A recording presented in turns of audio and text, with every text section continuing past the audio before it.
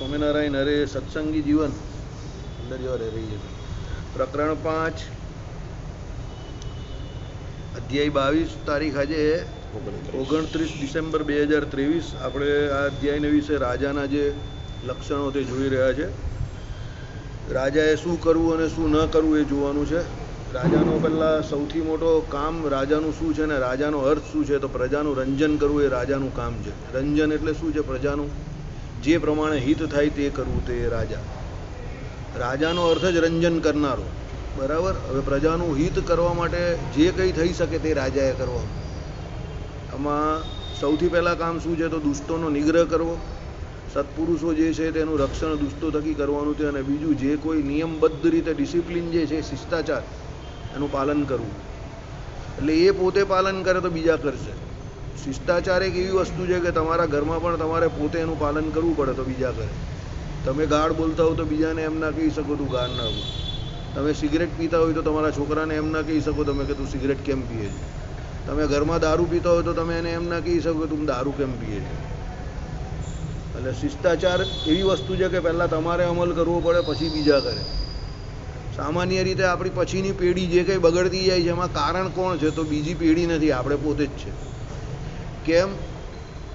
આપણે પોતે વિષય ભોગી થઈ ગયા છે, આપણે પોતે લંપટ થઈ ગયા છે. એને કારણે આપણી વાતમાં બળ નહીં રહ્યું, વજન નહીં રહ્યું, જેને કારણે આપણા પછીની પેઢી જે કંઈ છે તે આપણું કહેલું માનતી નથી, બરાબર.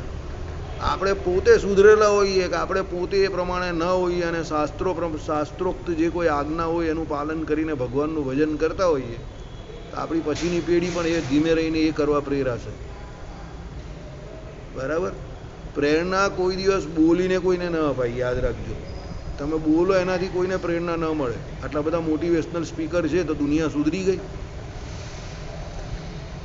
પ્રેરણા હંમેશા કોઈ વ્યક્તિ કોઈ કાર્ય કરે ને એ જોઈને જ પ્રેરણા મળે બીજાને, એકલા બોલવાથી ના મળે. સમજો, આઈડિયા આવી ગયો. દાખલા તરીકે કપિલ દેવે વર્લ્ડ કપ જીતીને બતાવ્યો તો ત્યારથી ઇન્ડિયામાં, ભારતમાં ક્રિકેટ નામની જે રમત છે તે પોપ્યુલર થઈ. તો પ્રેરણા એણે કેવી રીતે આપી? વર્લ્ડ કપ જીતીને આવ્યો એ રીતે. એ પહેલાં ભારત ક્રિકેટ નહીં રમતા હતા, લોકો રમતા હતા. ક્રિકેટ અહીંયા એટલી બધી પોપ્યુલર ગેમ નહીં હતી. કેમ ન હતી? કારણ કે કર્મ એવું કંઈ થયેલું નહીં કે કોઈ જીતેલું નહીં, કોઈ મોટી ઇવેન્ટ ભારત. એટલે લોકો ક્રિકેટને એટલું વર્ચસ્વ નહીં આપતા હતા, માન સન્માનની નજરે ના જોતા હતા. 2010ની સાલ પહેલાં ભારતમાં સ્પોર્ટ્સને એટલી વેલ્યુ નહીં અપાતી હતી. સ્પોર્ટ્સની એટલી વેલ્યુ, સ્પોર્ટ્સમેનને પણ એટલી ટ્રીટમેન્ટ નહીં મળતી હતી. આપણે ત્યાં સ્પોર્ટ્સ આખું ચાલ્યું ગયેલું. ઓલિમ્પિકમાં કે કોઈ પણ ગેમ હોય એમાં આપણા કોઈ મેડલ લઈ આવતા હતા. સરકાર અત્યારે બધી રીતે સ્પોર્ટ્સમેન હોય તેને અને સ્પોર્ટ્સ હોય તેને બધાને પ્રાયોગિકતાના ધોરણે ધીરે ધીરે ધીરે બધાને પ્રોત્સાહન આપે છે. ઘણા બધા પ્રયોગ પણ કરે છે, સમજો, અને પ્રોત્સાહન પણ આપે છે. તો તમે જુઓ અત્યારે દરેક ઇવેન્ટમાં ભારતના મેડલ આવે છે. ધીરે ધીરે મેડલ ટેલીમાં હવે ભારતના નામ આગળ આવવા માંડ્યું. કેમ? પ્રેરણા તમને ક્યારે મળે? કોઈ વિનર હોય તો વિનરને જોઈને પ્રેરણા મળે. એટલે કોઈ કંઈ કાર્ય કરતું હોય તો એને જોઈને પ્રેરણા મળે.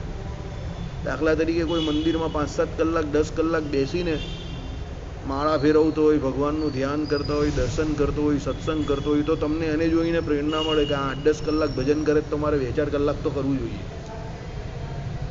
પણ કોઈ ખાલી બોલ જ કરતો હોય તો એનાથી તમને પ્રેરણા ના મળે.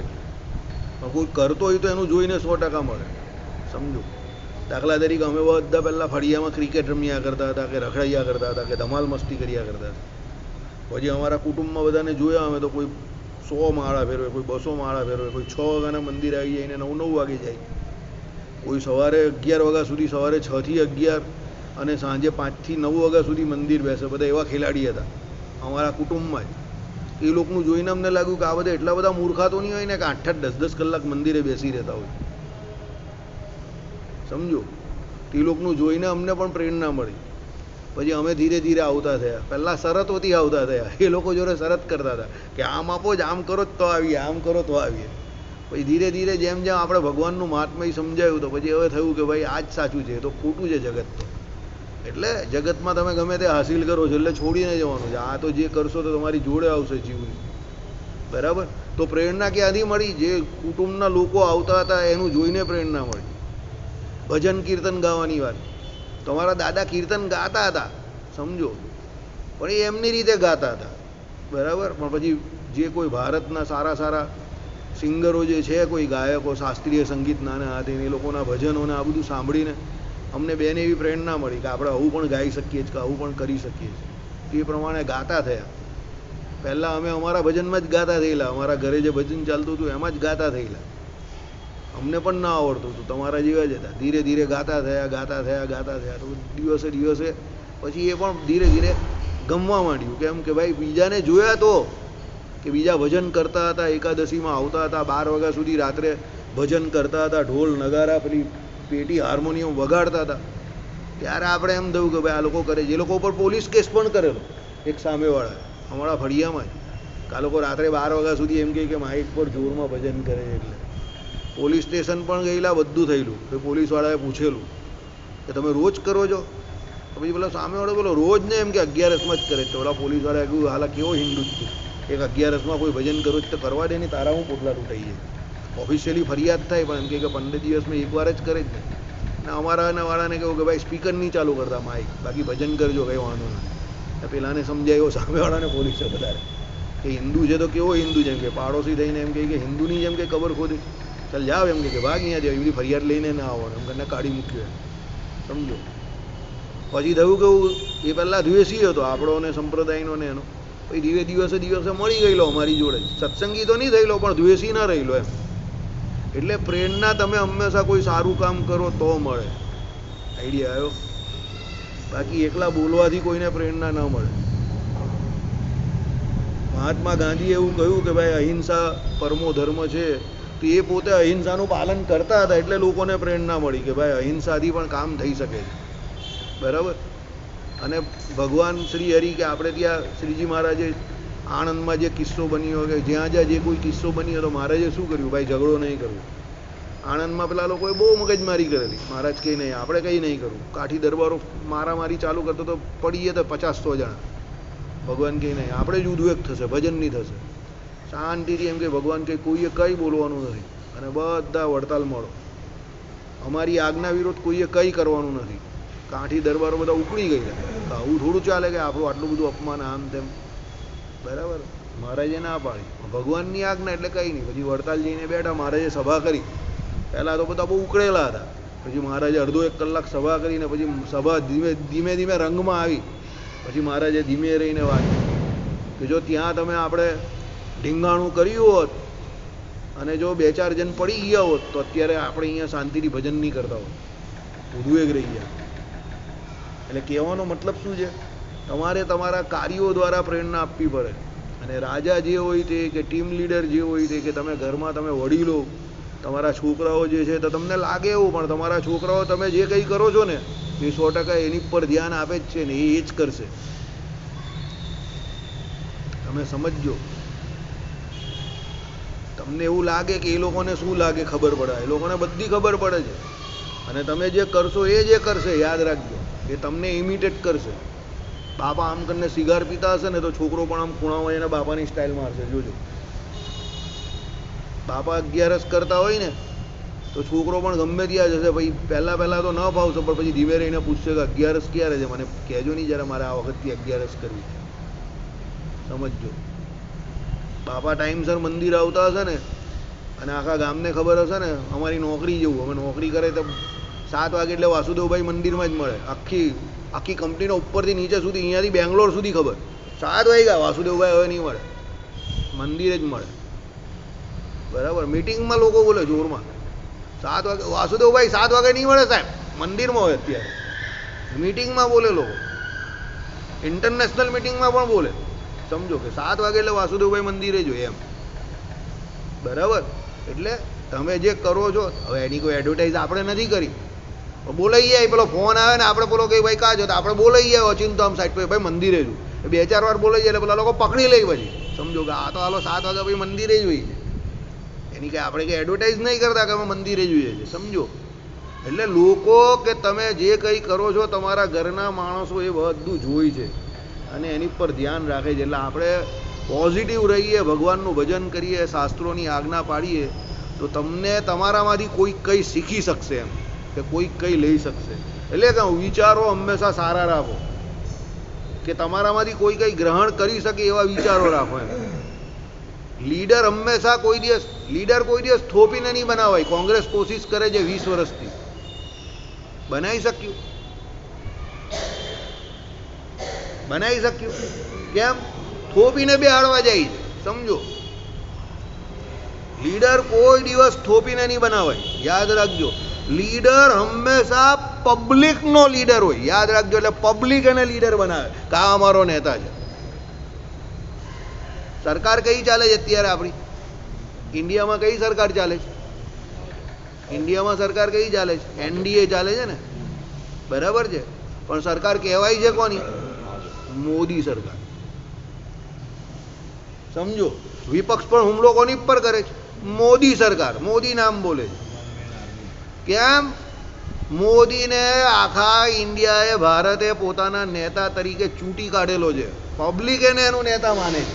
સમજો, એને પ્રમોશન કર્યું, માર્કેટિંગ કર્યું, એ અલગ વાત છે. એ તો રાહુલ ગાંધી પણ કરે છે. 40,000 કિલોમીટર કે 4,000 કિલોમીટર ચાલીને આવેલો છે હમણાં જ. સમજ પડી? પણ નેતા તમે પબ્લિકને થોપીને બેહાડી દેવો તે નેતા ના બને. રાજા પણ થોપીને બેસેલા, પહેલા જે કહી તો પછી વિદ્રોહ થઈ જાય બહુ મોટા, ને રાજા ઉઠલી જાય. પબ્લિક તમને નેતા બનાવે કે રાજા બનાવે. સમજો, એ તમારા ઘરમાં પણ તમારી રિસ્પેક્ટ જે છે એ તમારે ઓન કરવાની હોય. ઓન કરવાનો અર્થ ખબર છે તમને? ઓન કરવાનો અર્થ એવો થાય કે તમારા કાર્યો દ્વારા તમે માણસ સામાન્ય રીતે શું છે ખબર? યશ, કીર્તિ, રિસ્પેક્ટ છે ને એનો ભિખારી બને. એવું ઈચ્છે કે મને લોકો આપે માન સન્માન. સમજો, દરેક સમાજમાં એવું હોય. એવું એક સમાજમાં નહીં, દરેક સમાજમાં એવું હોય. અમારા તમારા કોઈ પણ સમાજમાં આપણે શું સામાન્ય રીતે રિસ્પેક્ટ જે છે ને એના ભિખારી બનીએ કે ભાઈ મને જબરજસ્તી રિસ્પેક્ટ આપો, હું કંઈ કરું કે ન કરું એમ. પણ એકચ્યુઅલી એવું નથી હોતું. એકચ્યુઅલી તમે તમારા કાર્યો દ્વારા રિસ્પેક્ટના પાત્ર થાવ છો, એટલે તમને સામેવાળો સામેથી રિસ્પેક્ટ આપશે. તમારે એના માટે ભીખ માંગવાની કે લોકોને મગજમાં બેસાડવાની જરૂર નથી કે મને માન સન્માન આપો આપો આપો આપો આપો આપો. સમજો, તમે એવું કામ કરો એટલે તમને ઓટોમેટિક લોકો માન સન્માન આપશે. ગલીના નુક્કડ પરથી પેલા જે ખાધેલ પીધેલ માણસ ને એ બધા જતા હશે ને તો એ બબલો, એ જમડો, એ જમરો, આવી રીતે લોકો વાત કરશે. પણ કોઈ સારો માણસ જતો હશે ને, 1-2 દિવસ મસ્કરી કેવું કરશે, પણ પેલો રિસ્પોન્સ નહીં આપશે, પછી લોકો એવી રીતે વાત નહીં કરશે. જાણશે કે આપણા જેવો નથી. સમજ પડી? કોઈ વેપારી જતો હોય મોટો, એને કોઈ બબલું કે જમખું કરીને નહીં બોલાવશે. પેલો ગેરેજ વાળો જતો હશે એ બબલો, એ જમખો, એવી રીતે જ બોલાવશે. કેમ? એ કામ એવું કરે છે. સમજો, સમજ પડી તમને હું જે કહેવા માંગુ છું? એટલે તમે જે કાર્ય કરો છો એની ઉપર સામેવાળાના પ્રતિસાદ જે છે એનો પૂરેપૂરો આધાર છે. એટલે એનો આધાર સામેવાળા પર નથી, તમારી ઉપર જ છે. આપણે એવું માનીએ કે સામેવાળા પર છે, એ મને ખોટો સમજે છે. આપણે ભૂલ શું કરીએ ખબર? આપણે કાયમ શું કરીએ ખબર? મને લોકો ખોટો સમજે છે. બધા આપણે આ જ ગીત ગાયા કરીએ આખી જિંદગી. મને લોકો સમજી નહીં શકતા, મારી ઘરવાળી નહીં સમજી શકતી, મારા છોકરા નહીં સમજી શકતા, એમ જ આપણે વાત કરીએ. અરે ભાઈ, તને નહીં સમજી શકતા હોય તો લોકો વડાપ્રધાનને કેવી રીતે સમજી શકે? ને એના માટે મફતમાં લાઈનમાં ઊભા રહીને વોટિંગ કરવા શું કામ જાય? તમે ઇલેક્શનમાં મત આપવા જાઓ છો એનાથી તમને કંઈ ઘરમાં રૂપિયા તો મળતા નથી, તો બી લોકો લાઈનમાં ઊભા રહીને મત આપવા જાય જ ને. સમજો મારી વાત? જાય છે ને. જીતવાનો તો જેને તમે મત આપો એ છે. તમે કાં જીતવાના છે? તમને શું મળે એનાથી? કંઈ નહીં મળતું. એક સરકાર મળે છે સારી, આઈડિયા આવ્યો તમને, પણ તમે જાઓ જ ને એના માટે. કેમ? તમને એવું છે કે ભાઈ એ નહીં આવશે ને કોઈ ભલતો બેસી જશે ને તો હેરાન પરેશાન થઈ જશું. એના કરતાં ભાઈ જે છે એને બેસવા દે, શાંતિથી રાજતા અમને આમ ચાલ્યા કરે. બરાબર? એટલે સમાજમાં હોય કે ઘરમાં હોય કે તમે જે જગ્યા પર કામ કરતા હોય ત્યાં હોય, કોઈ પણ જગ્યા પર, ઇવન મંદિરમાં પણ હોય, તમારે તમારી ઇમેજ બનાવવા માટે કોઈ દિવસ આર્ટિફિશિયલ પ્રયત્ન કરવાની કોઈ જરૂર નથી. બરાબર? તમે જે કંઈ જાણો છો કે તમે જે કંઈ કરો છો એની ઉપરથી તમારી જે કંઈ પૂર્વધારણા કે ધારણા બનશે એ જ ચાલ્યા કરશે. આર્ટિફિશિયલ કંઈ કરવાની જરૂર નથી. એ લાંબો સમય રહેતી નથી, એ તૂટી જ જાય. એ બધી ધારણાઓ હોય ખોટી ખોટી, એ તૂટી જાય. બરાબર. એટલે રાજાએ એ વસ્તુ ધ્યાનમાં રાખવાની છે કે એ જેમ વર્તશે, એ જેવો હશે એ રીતે જ લોકો કહેશે ને એનું ઇતિહાસમાં નામ એ પ્રમાણે જ લખાશે. ઇતિહાસમાં ઘણા બધા જે કોઈ ભોગી રાજા હતા તેના ભોગી તરીકે નામ લખાયા છે. સત્યવાદી હતા એના સત્યવાદી તરીકે રખાયા છે. અને રામ રાજ્યના વખાણ લોકો આજે પણ કરે છે. ત્રેતા યુગમાં થઈ ગયેલું તો પણ આજે પણ લોકો રામ રાજ્યની કસમ ગાય છે. કેમ? ભાઈ રામ રાજ્ય હતું એવું, એટલે રામચંદ્ર ભગવાન એવું રાજ કરીને બતાવેલું, એટલે આજે પણ લોકો કસમ ગાય 2 યુગ પછી પણ. સમજો? બરાબર. એટલે રાજાનું ઉદાહરણ છે આમાં.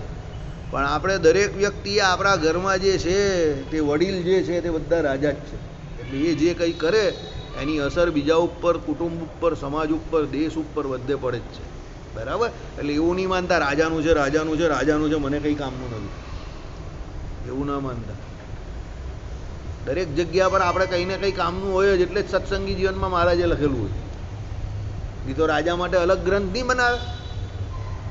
અક્કલ ચલવો જરા. જેમ શિક્ષાપત્રીમાં આજ્ઞા કેટલી બધી લખેલી છે, બધી આજ્ઞા તમને લાગે છે? આ લોકોની પણ છે ને. મહારાજ કે અલગ એ લોકોનું બનાવો, તમારું અલગ બનાવો, અમારું અલગ બનાવો, બધાનું અલગ અલગ નહીં બનાવે. આજ્ઞા અંદર અલગ અલગ આપેલી જ, પણ શાસ્ત્ર તો એક જ છે ને. સમજો? એટલે એના દ્વારા આપણે પણ શીખવાનું. બરાબર. ચાલો. મદ રાખો નહીં. રેકોર્ડિંગ થાય જ ને ભાઈ. ભાઈ કાલ પેલા દિવસ જેવું નહીં થાય કે અવાજ જ નહીં આવે. એટલે પેન્ડે કેન્ડે એટલે બેટે કે હું એવું નહીં થઈએ. બરાબર. અવાજ આવશે ને? હા. ચાલો. મદ એટલે શું? હું રાજા છું એવા અભિમાનથી થયેલો કે મદિરાના સેવનથી થયેલો. મદિરા પી એટલે પછી તો ભલભરો રાજા થઈ જાય. રાજા નહીં હોય તો બી રાજા થઈ જાય. બરાબર. અને પછી મદિરા પીને કહીશું अपना मकान किधर गया, इसको इधर लाओ. मकान बहुत दूर गया, आज बहुत थक गई लाया. એ મકાનને ઉચકીને આ બાજુ લાવવાની વાત કરે. એ ત્યાં નહીં જાય. બરાબર. તમને પેલો જોક નહીં કહી લો. એક પહેલવાન હતો. બરાબર. એને તાજમહલની સામે ઊભો આમ તાજમહલના દર્શન કરતો હતો, જોતો હતો. એની બાજુમાં એક ગુગરો હતો. કોણ હતો? જીતો? ગુગરો હતો. ગુગરો એટલે ખબર ને? હા.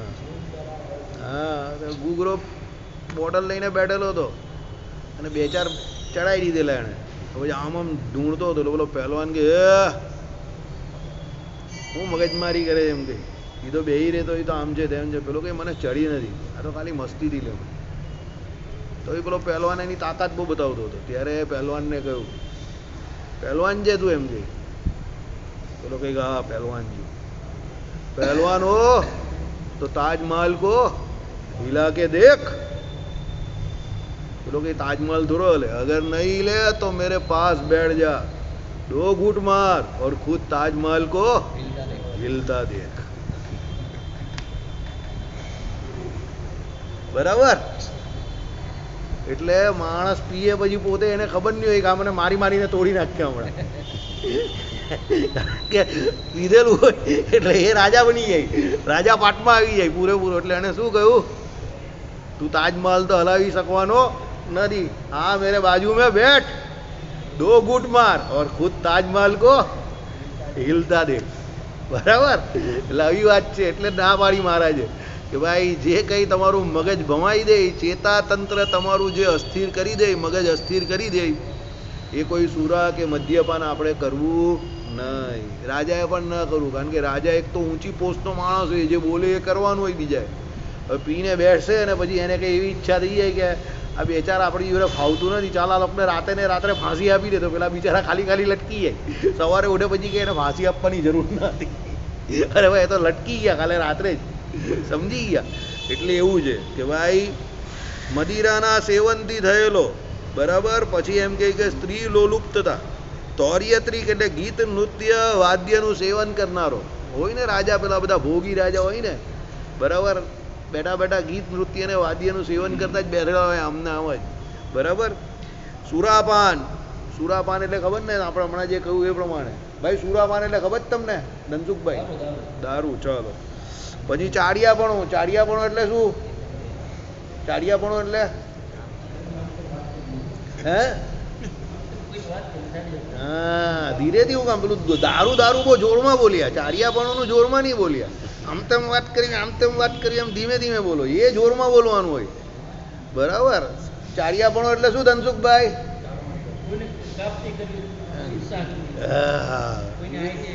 હા બસ એ જોરમાં બોલો. આપણે ત્યાં દારૂ પીવાવાળો કોઈ છે નહીં અહીંયા. ચારિયાપણું વાળા હવે તો ઘણા છે, એટલે તમે એ જરા જોરમાં કહો તો મને મજા આવે. બરાબર. તેરી મેરી મેરી તેરી, ઇધર કી ઉધર ઉધર કી ઇધર, એ ચારિયાપણું કહેવાય. સંજયભાઈના ઘરે શું થયું એ મારે ચિંતા કરવાની કોઈ જરૂર નથી. આ ભાઈના ઘરે શું થાય એ મારે ચિંતા કરવાની કોઈ જરૂર નથી. આ ભાઈ શું કામ કરે છે મારે ચિંતા કરવાની કોઈ જરૂર નહીં. બરાબર. અત્યારે રસ્તો તૂટી ગયો તો જીગર અહીંયા કેવી રીતે આવતો હશે તે મારે ચિંતા કરવાની કોઈ જરૂર નહીં. આજે જ ગોપાલભાઈ બોલ્યા કે જીગર કેવી રીતે આવતો હશે? મેં કહું પવનપુત્ર હનુમાન.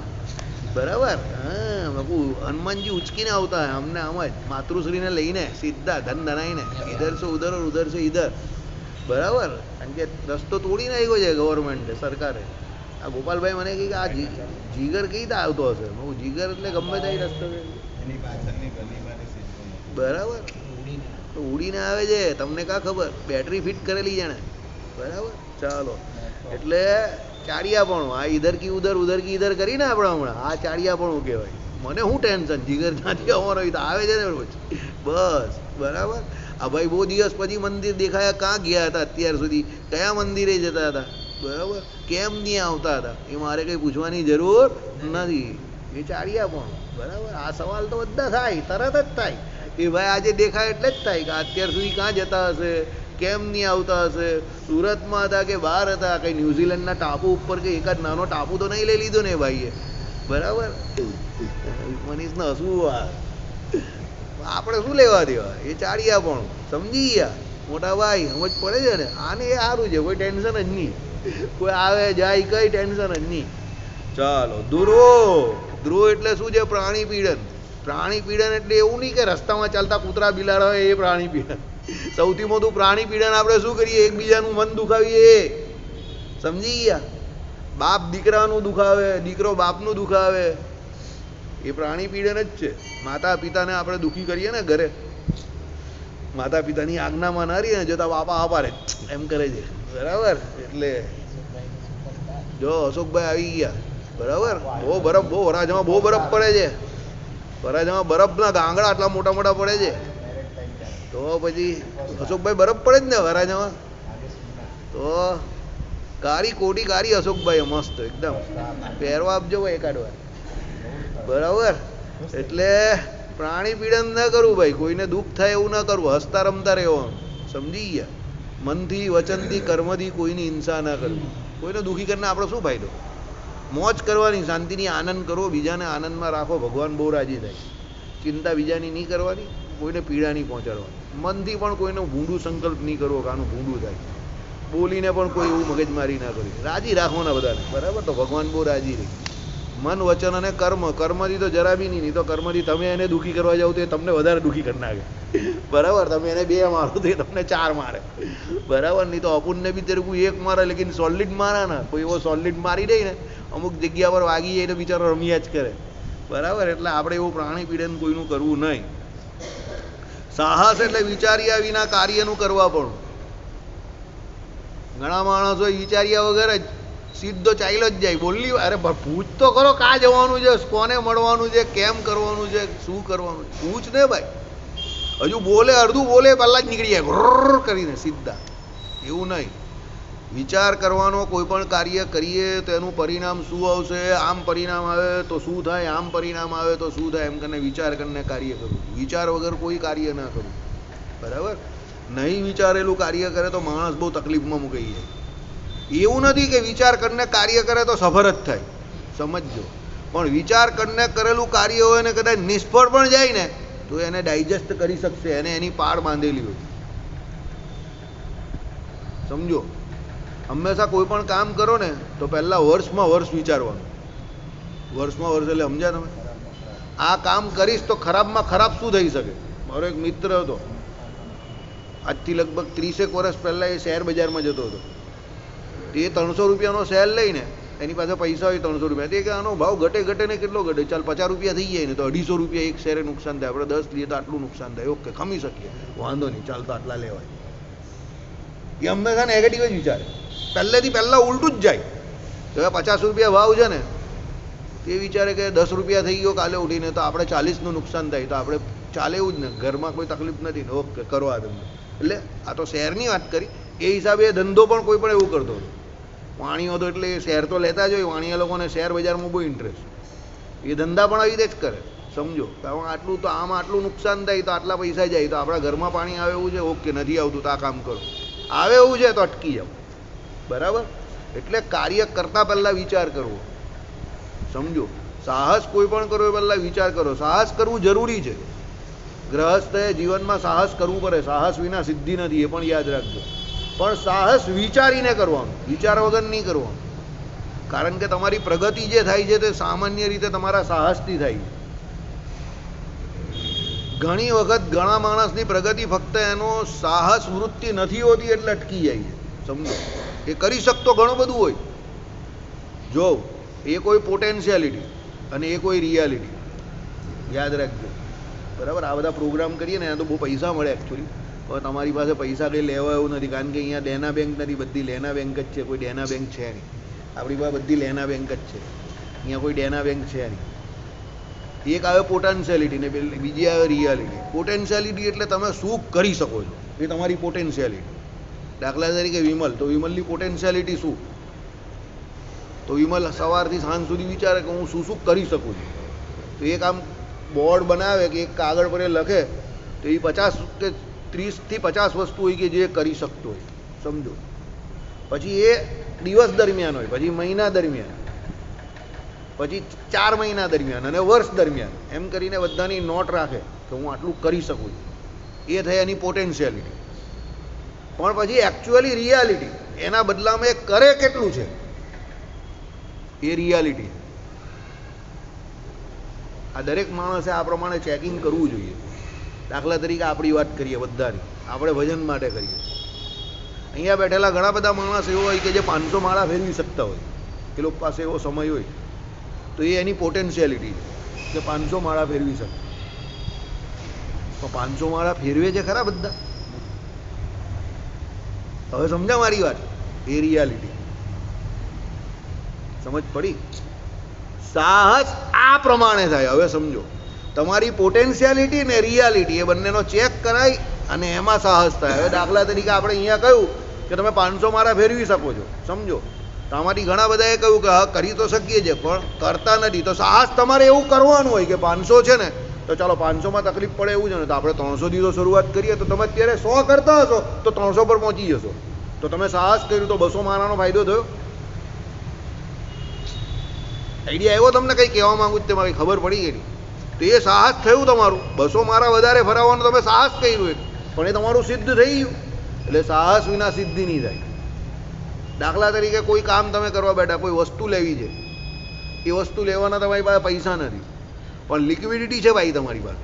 સમજો, લિક્વિડિટી એટલે પર મંથ જે ઇન્કમ જે છે તે તમારી ચાલુ ને ચાલુ છે 3-4 વ્યક્તિઓની ઘરમાં. પણ પેલી જે ટોટલ એમાઉન્ટ કહેવાય એ બહુ મોટી છે, એટલે તમે પહોંચી વળો એવા નથી. તો એના માટે થોડું ઘણું તમારે સાહસ કરવું પડે એવું છે. તો તમારે ત્યારે શું વિચારવાનું કે અમારી 2 જણાની આવક બંધ થાય તો 2થી ઘર ચાલે, ઓકે ચાલે એવું. એકની બંધ થાય તો ચાલે એવું. એ પ્રમાણે થોડું થોડું સાહસ લેવાય. તો તમારી વસ્તુ બી થાય ને તમારું જીવન પણ સરળતાથી નીકળે. જીવન બગડે કે ખુશી બગડે એવું કોઈ કામ ન કરવું. યાદ રાખજો, એ પણ તમને કહું. દેવું ન કરવું. સમજજો, સાહસ અને દેવામાં બહુ ફેર છે. કામ કેવું કરવું કે તમારી જે શિલ્લક હોય કે જે મુદ્દલ હોય કે તમારી જે આવક છે એને દાવ પર લગાવીને કે એમાંથી 10-20-30% થોડું ઘણું આમ તેમ કરીને કામ કરો. બધું દાવ પર નહીં લગાવવાનું. શાસ્ત્રો પણ ના પાડે છે અને વાણિજ્યના જે જોરદાર જે માણસો તે પણ ના પાડે છે. બધું દાવ પર લગાવી દે ને માણસ ઊંધો પડી ગયો તો ઊંધો થઈ જાય, અને પછી આ બધા પેપરોમાં આવે છે ને લટકી જાય. એટલે બધું દાવ પર ના લગાવવું કોઈ દિવસ. 20-30% જોખમ લેવું. જે મોટા મોટા ઉદ્યોગપતિ હોય ને તે પણ બધા એવું જ કરતા હોય. કેમ 2 અંબાણી ભાઈઓમાંથી 1 અંબાણી ભાઈ તરી ગયા, બીજા કેમ ડૂબી ગયા? કઈ ખબર છે?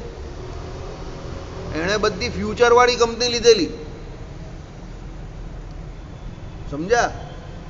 ફ્યુચરવાળી સમજી એટલે તમને પહેલાં સમજ પાડો. જે ભવિષ્યમાં ચાલે એવી હોય ને ફ્યુચરિસ્ટિક, એ બધે એની પાસે ફ્યુચરિસ્ટિક પ્રોડક્ટ હતી. હવે એનું વર્તમાનમાં કંઈ મળે જ નહીં, ભાઈ નીકળી ગયા એમાં ને એમાં, ઉઠી ગયા, સમજો. ત્યારે આ ભાઈ હતા ને એની પર ધીરુભાઈનો પૂરેપૂરો હાથ ફરેલો હતો. એણે બધું જે ચાલતી વસ્તુ છે ને ગરમ ગરમ હોટ કેક એ બધી લીધેલી હતી, કરંટ, સમજો. એટલે શું થઈ ગયું, બીજા ધીરુભાઈ એ બની ગયા. આઈડિયા આવી ગયો તમને? પેલા એ બધું સાહસ કરી નાખ્યું, વધારે પડતું સાહસ, કે ફ્યુચર બહુ ઉજ્જવળ છે, ફ્યુચર બહુ ઉજ્જવળ છે, ભવિષ્ય બહુ ઉજ્જવળ છે, પણ એ વર્તમાનનું નહીં વિચાર્યું. તો વર્તમાન માટે શું? આઈડિયા આવ્યો? એટલે સાહસ આ પ્રમાણે થાય. નહીં તો સાહસ વિચાર વગર કરો તો ઊંધું પડી જાય, અને ઊંધું પડે તો પણ પેલું કરેલું સાહસ તમારું એવું હોવું જોઈએ કે જેમાં તમે બચી જાઓ, સર્વાઈવલ રહે તમારું. સર્વાઈવલ વગરનું સાહસ કરવું નહીં. જાન પર આવી જાય એવું આગળ નહીં આવ્યું વ્યાજંકવાદીઓનું ગ્રહસ્થના નિયમમાં? એટલા મોટા પૈસા તમે વ્યાજે લેવો, પછી એ તમારી છાતી પર આવીને બેસી જાય તો ભાઈ એ જે બોલે એના કડવા મેણ સહન નહીં થાય તો ભાઈ તમારે લટકી જવું પડે કે ન કરવાનું કંઈ કરવું પડે. એવું કામ કરવું જ નહીં જરા પણ. બરાબર? ચાલો, ઓકે. એટલે વિચાર્યા વિના કાર્યનું કરવા પણ એ કોઈ દી કરવું નહીં. રાજા તો કરે તો વધારે તકલીફ પડી જાય. મોદી સાહેબને બધા કે પાકિસ્તાનની આ તો યુદ્ધ કરી નાખો, યુદ્ધ કરી નાખો. અરે યુદ્ધ કરે તમને જોઈ લઉં નહીં, હમાસ ને ગાઝા પટ્ટીની ને પેલી પેલેસ્ટાઇનની હાલત જો, પેલી બાજુ પેલા યુક્રેનની હાલત જોઈ લો. આજના જ પેપરમાં વાંચ્યું કે ભૂખમરો એટલો ખતરનાક ત્યાં થઈ ગયો છે, બધી જેટલી પણ ગાડીઓ જાય તે બધી લૂંટી નાખે છે પેલા લોકો. જ્યાં પેલી પહોંચાડવાની હોય ને પેલી શું કહે એને મદદ, પહોંચતી જ નથી રાહત સામગ્રી, રસ્તામાં જ લૂંટી નાખે છે પેલા લોકો. અલ ખબીબા અલ જબીબા વાળા જલજીરા પી પીને બધું લૂંટી નાખે છે, કારણ કે કંઈ પહોંચતું જ નહીં ત્યાં. બધા કંગાલિયત પર પહોંચી ગયા તો અલ ખબીલા અલ જબીલા, બરાબર, બધું લૂંટાઈ જાય છે, સમજો. બરાબર? હવે આપણે કે મોદી સાહેબ કંઈ કરતા હોય, પાકિસ્તાનને પૂરું કરી નાખો ને, અરે ભાઈ એમ કંઈ થાય? એને તો હું પડેલી છે, એ તો 2 બોમ્બ નાખી દે તો આપણે દોડતા થઈ જઈએ, સમજો. એને કહે છે એ તો ખાને કા ક્યાં ઓર ખુજાને કા ક્યાં, એવી હાલત છે એના માટે. બધું તો બહારથી આવે છે. દિવાળીઓ દેશ છે, આવો એની જોડે લડીને આપણે કંઈ ફાયદો જ નહીં. બરાબર? આપણે પંપાડિયા કરવાનો ને ખાલી ખાલી જઈને બરાબર એની આતંકવાદી છાવણી પર હુમલા કર્યા કરવાના. પ્રોક્સી વોર, એ પ્રોક્સી વોર કરે જ ને. એ શું કરે છે? આતંકવાદ જ ઘુસારે જ ને, પ્રોક્સી વોર. તેમાં આપણે બી પ્રોક્સી વોર જ કરવાનું, સીધું વોર નહીં કરવાનું. રાજા વિચાર્યા વગર કામ કરે ને પ્રજાએ બહુ સોચવું પડે. બરાબર? એવું ના કરવું. ચાલો, વાક પારુષ્ય, દંડ પારુષ્ય, ઈર્ષ્યા એટલે અક્ષાંતિ. બરાબર? વાક પારુષ્ય એટલે ખબર તમને? બોલો, કોઈને ખબર છે વાક પારુષ્ય એટલે શું? મોટા ભાઈ નહીં ખબર? વાક પારુષ્ય એટલે શું નહીં ખબર? જુબાન એટલે શું, પણ પારુષ્ય એટલે શું?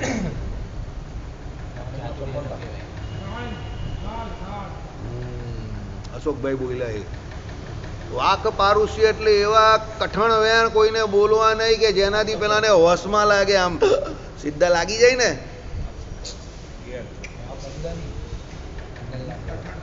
બોલે ને અમુક માણસ જાહેરમાં બોલે ને, હા, પેલાને સીધું મોડા પર જ કહે કે એની તો 2 બૈરી છે.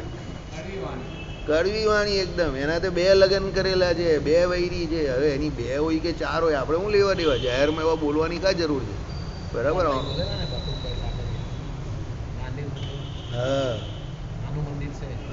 મફતનું ખાતા નહીં, ભિખારી નિઝામ આવી ગયા બધા.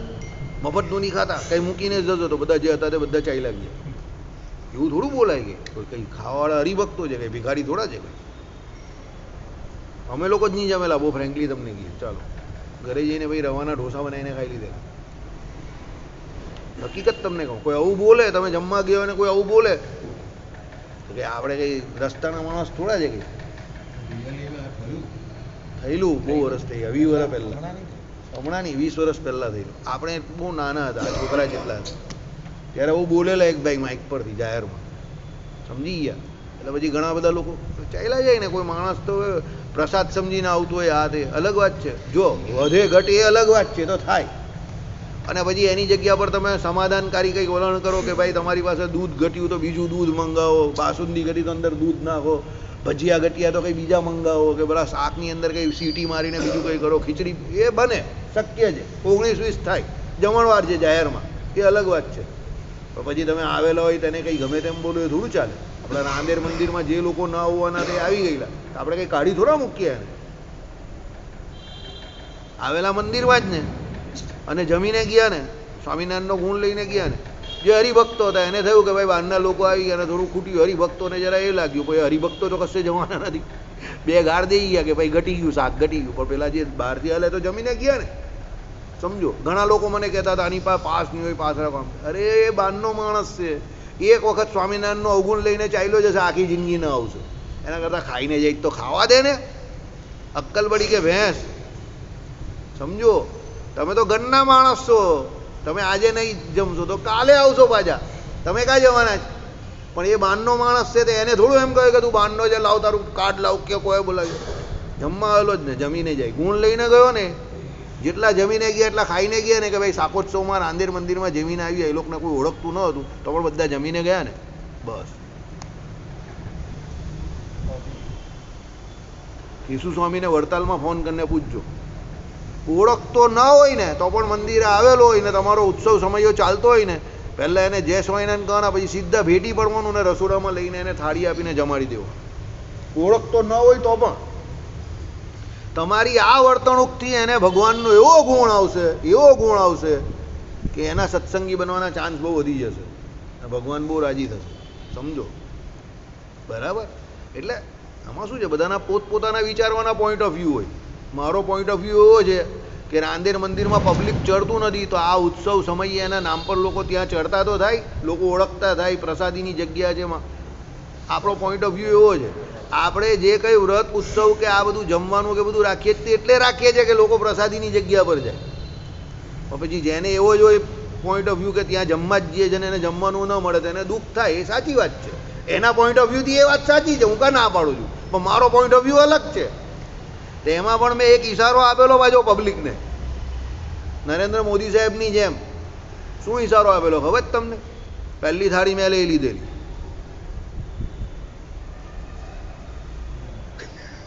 સમજો, યાદ છે?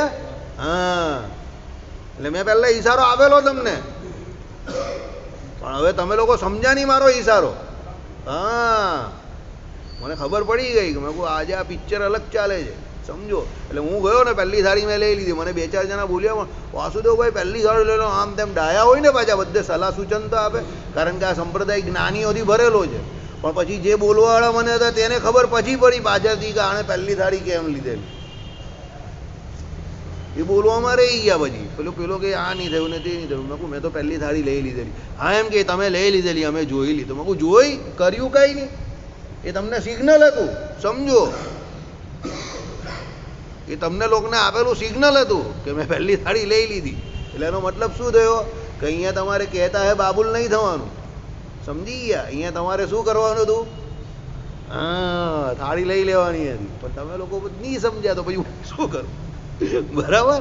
ચાલો, એટલે વાક પારુષ્ય એટલે તમારી વાણીમાં એમ કહી કે કેવું મીઠાશ હોવી જોઈએ, કડવી વાણી વાપરવી નહીં, કટુ વચન ન બોલવા નહીં. હમણાંની 2 મિનિટ રહીને 2 મિનિટ ટોપી જાઓ, પછી તમારી એક નહીં 2 વાત સાંભળીશ. ના વિમલ તો આખી રાત તમને સાંભળ્યો છે, નવરો જ છે, કોઈ નથી એના ઘરે. ચાલો, દંડ પારુષ્ય, એનો ફોન નંબર આપી દઈશ.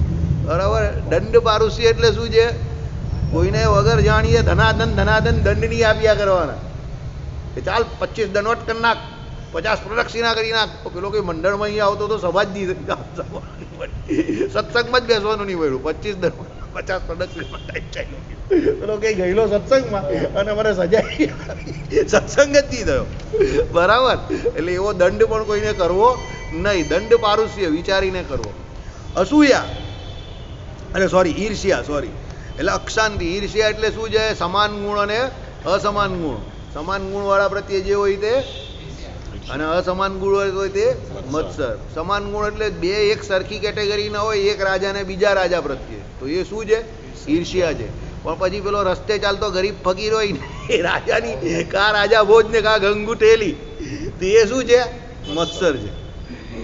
તમારાથી સમાન ગુણવાળો હોય તો એની ઈર્ષ્યા થાય, અસમાન ગુણવાળા પ્રત્યે તમે જે કરો એ મત્સરથી કોઈ ફાયદો નથી. તમારું એનું કોઈ મેચિંગ જ નથી યાર. શું કામ એની તમે એ કરો છો મગજમારી? સમજો બરાબર. તમારું એની જોડે કઈ મેચિંગ તો હોવું જોઈએ ને. તમે કોઈ ફિલ્ડમાં કોઈ ક્ષેત્રમાં એની જોડે તમારું કંઈ મળતું હોય ને તમે એની જોડે કંઈ કામ તેમ કરો એ અલગ વાત છે. પણ મારા જે કહ્યું એ પ્રમાણે પ્રથમનું કયું વચનામૃત?